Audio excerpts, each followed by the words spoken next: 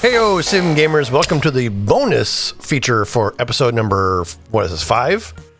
We're in the Research and Development Center with 1,883 science. And our mission, which I'll try to remember to put a screenshot on really quick, is essentially to launch a probe and get it in orbit around Minmas. So we're looking for some new technologies. I think I'm just going to go ahead, before doing anything else, spend all the research necessary to completely fill up this research tree, and we'll talk about why. This tiny engine, for example, is one reason why. It allows us, even though, this one's even better.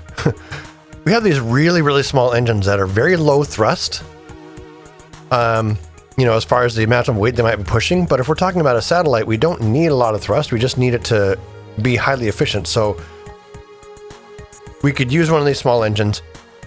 Also, if you're not familiar with the rocket equation, Tsiolkovsky's rocket equation, basically one of the major driving tasks of how efficient your rocket is going to be and how much actual change of velocity, or delta V, a rocket has everything to do with its mass to fuel ratio. So although a bigger engine might be more efficient as far as its vacuum ISP is concerned, the fact that it packs more weight and it's not fuel bearing weight, it's just pure mass, that changes that mass to fuel ratio of your rocket. It may, in the long run, end up being less efficient. So we're going to research that. Now we're into long range probes. We have all sorts of new probe bodies and new antennas and stuff we can research. So we're probably going to be using one of these. Research miniaturization. We looked at this before and didn't opt for it earlier. But if we're doing probe work, bringing a big, where is it? Environmental science. This thing weighs 1 ton. It's a pretty hefty part. Whereas in research miniaturization, this thing weighs practically nothing and does the same environmental survey as the other one. So I really do like how in Kerbal Space Program 2, the research tree does lead you down to parts that are in many ways superior, and that's fine. As far as the game design element is concerned, you've done the work, you've gotten the reward, and now you have a part that has the same capabilities before, but is much, much lighter, meaning you can use it more easily in missions. A whole bunch of basic trusses of various sizes could be fun. Micro construction, right? Light aviation. We haven't broken into aviation. Maybe I'll do some bonus material content for that at a later time.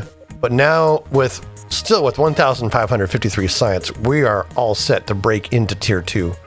So, medium orbital rockets. This is where we get into some territory of being able to really make Apollo-style missions, multi-crew missions. Okay. Fuel lines. Fuel lines, I'm going to read the description. Fuel lines are designed to allow extremely volatile rocket propellant to flow safely between tanks in a number of useful ways.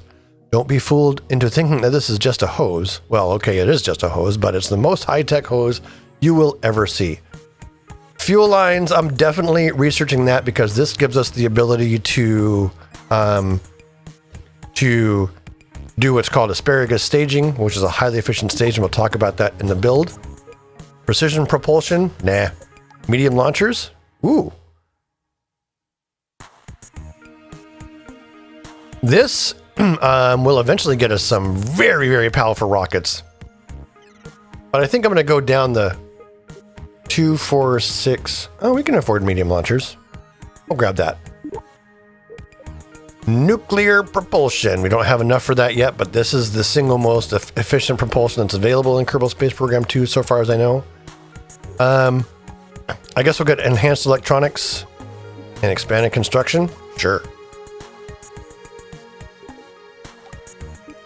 Actually, I'll get enhanced electronics and precision. Oh, we have 300 and some. 393. Durable power systems. Atmospheric science. Oh, I'm grabbing this. Basically, any new science part we bring into the equation gets us more science faster because we'll be able to repeat this experiment in our current setup. So I've only got 93 science left, which means we have spent everything we've got. Give the game a quick save because early access. Now let's go to the vehicle assembly building. Now remember, we need to build a probe, and this can just be a destination probe. So the probe is going to get there, orbit around Minmas, and just park. Doesn't need much else. And we're going to learn some lessons in this episode about how I don't know how Kerbal Space Program 2's Communinet and communication requirements work. So I guess we're going to learn today. Now for what kind of fuel tank do I want to slap on this thing? I guess actually, before I do that, I want to make sure I have this thing at full mass. So it is only going somewhere. It's not coming back. Let's grab our science pieces. We can get the little sniffer science experiment on here. I'm going to put them on top, I think. And then this thing. Now we need this to communicate.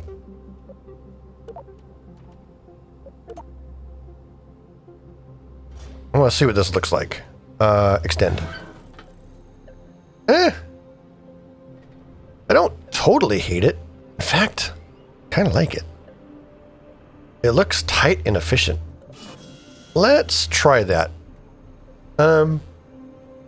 Transmission rate. Oh, the maximum range. Oh, okay, 36 gigameters. Oh. Anyone, how far is? I mean, these all weigh hardly anything.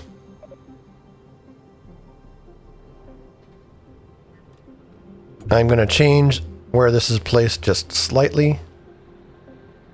Can I get it where I want it? I can if I use this tool. But turn off snap and just get that nice and centered. There we go. And again, we'll deploy. Now it's deployed in the other direction. Don't really care. It's still, I don't know. It looks like it deploys great. Okay. This is going to need some power.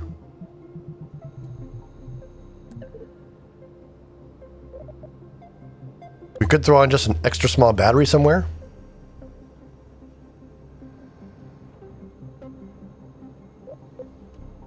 And that ought to be okay, actually, honestly. And now, how about some...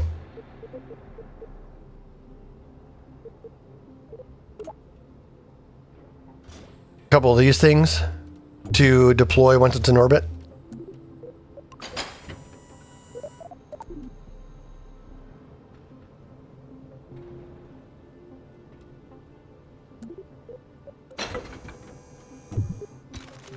Kind of want to do these ones because they feel like they'll be a little bit more stable under power.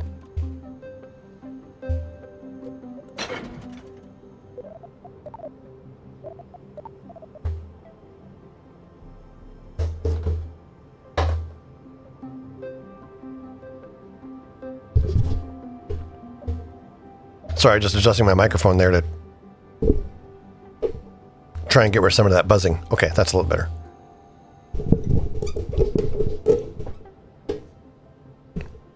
Nope. Okay, that's actually a lot better. There we go.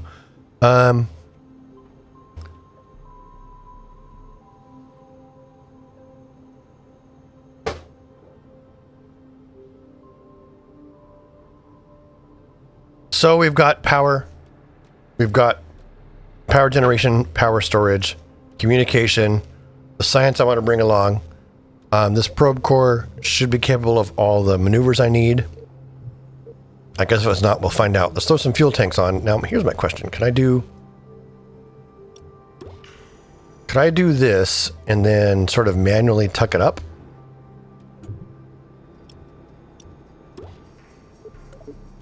And if I do manually tuck it up,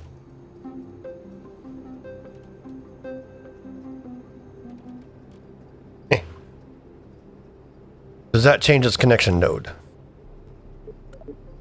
Because I also think I want to throw on one of these.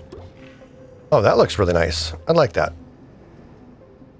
Okay, engine. If I put on the Ant, this thing provides 2 kilonewtons of thrust. It's just the tiniest engine. We're talking about a 0.17 thrust to weight ratio. That's going to be unusably small, to be honest. If I use the Spark, you know, it's not as efficient by any means, but deep space. Oh, this is a deep space Methalox engine. Oh, there we go. And this is a sustainer. You know what we could do? We don't have to do it centered. We could actually use a plate.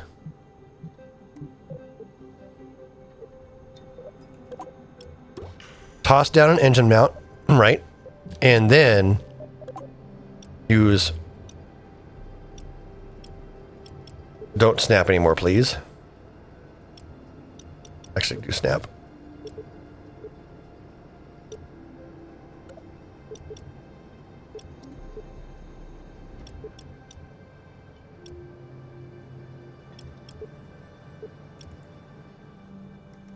So if I give it, say, 4 engines, that gives it a thrust to weight of 0.64 to 1, which is probably fine. And then if I, here I can do, well, here's the other thing to take a look at. If I'm, basically 5 of these things, or 6 of these, is the same mass as this one. So there's a point at which we really get diminishing returns. I'll just put that on. That's plenty good enough. 2,333 meters per second. I don't even know what I'm looking for here. How about we plan a trip to Minmas?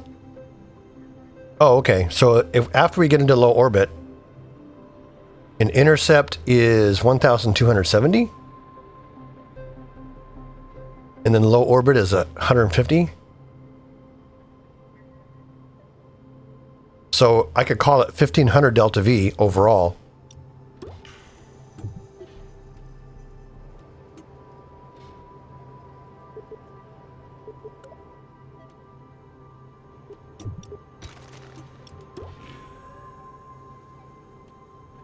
Which really means I might not need much at all if I do that. What's the delta V of this? Only 973. It's a little bit small.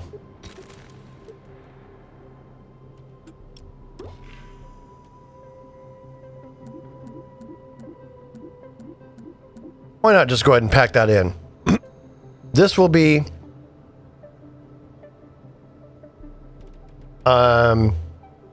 since this is a sustainer, we can actually use this in circularization to finish off our circularization and then hopefully have enough to get out to Minmas and back. So really,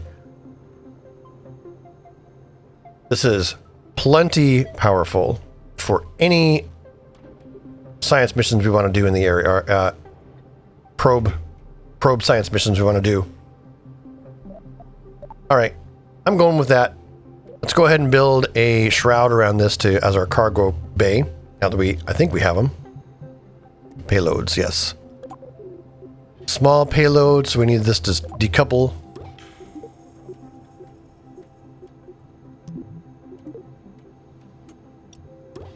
I'm going to build a shroud. Needs to come out a little bit first. Like this, maybe. Then come up to about here. And then we can work on it being closed.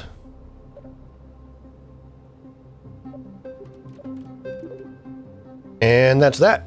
I'm going to go into the parts manager. This is where we're able to actually, sort of take a look at this. Doesn't need to deploy with much force at all. 10 kilonewtons should be totally fine. I like my personal style, I like clamshell times 3. I wonder what shroud is, though.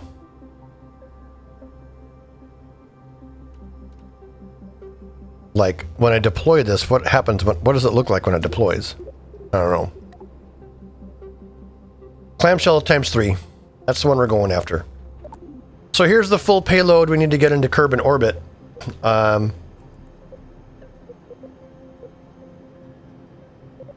And this, I mean, it'll be easy enough for us to figure out, right?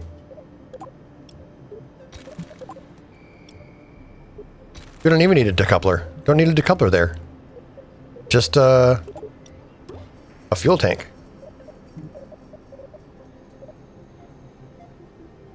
I wonder if we can just do this in a single launch. That'd be funny. Almost.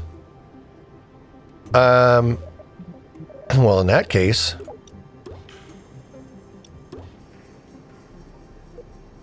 thrust to rate ratio 1.8 to 1, 3,400.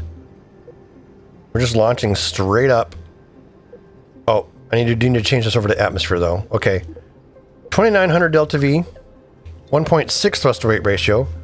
So the remaining 500 delta V or so would have to be spent on the upper stage, leaving 1,800 delta V. And according to our trip planner, we only need 1,200 plus 150, so 1,400 to intercept.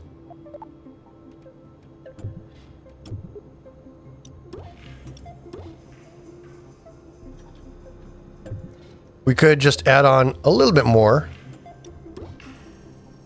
Still has enough thrust to weight for takeoff. Comes with 3,200 delta V. This is pretty much just a straightforward rocket for launching the satellite. And this satellite would be able to go pretty much anywhere we want to have it go in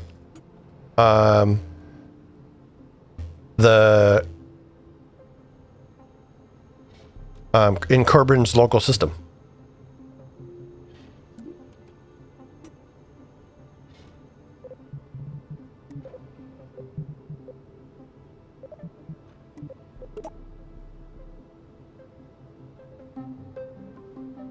Let's put a little clamp down.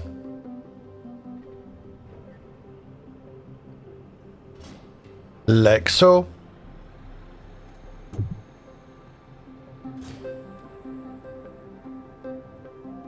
Compared to the stuff that we've been building lately, this is diminutive. All right, double check our staging. The engine goes, decouplers happen, then we get up into orbit. I'm gonna set this to atmosphere.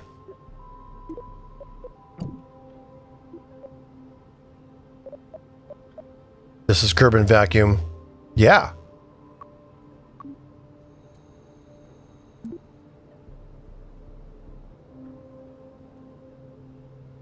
This is the Kerbnik.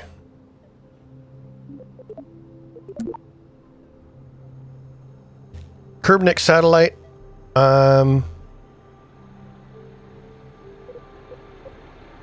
Okay, let's go over our checklist. Command module. Yes, it has a probe command module. Fuel tanks and engines, obviously. Structure as necessary. Coupling is in here to decouple after we open the shroud. Payload's done. Don't need any further aerodynamic nose cone stuff. I might want to actually grab larger aerodynamic surfaces now that I look at this. Because this is going to apply some dynamic pressure that could be problematic. So we'll just go ahead and make sure we get some good sized fins on this dart. It's not landing and don't need any ground. It's not re-entering and don't need any thermal. It's all electrical. And so it's got electrical generation and electrical storage. It's got communication to send back its stuff. It's got all the science experiments we can pack on it right now. We're not going to need much in the way of utility because it's got its onboard engine. I think this is ready to launch. I'm going to save it again. So the card up in the upper right here. Click on this if you want to get back to the episode or go to the episode that this build is for. Until then, I'm Sim Gamer, and this is Kerbal Space Program 2 Early Access for Science!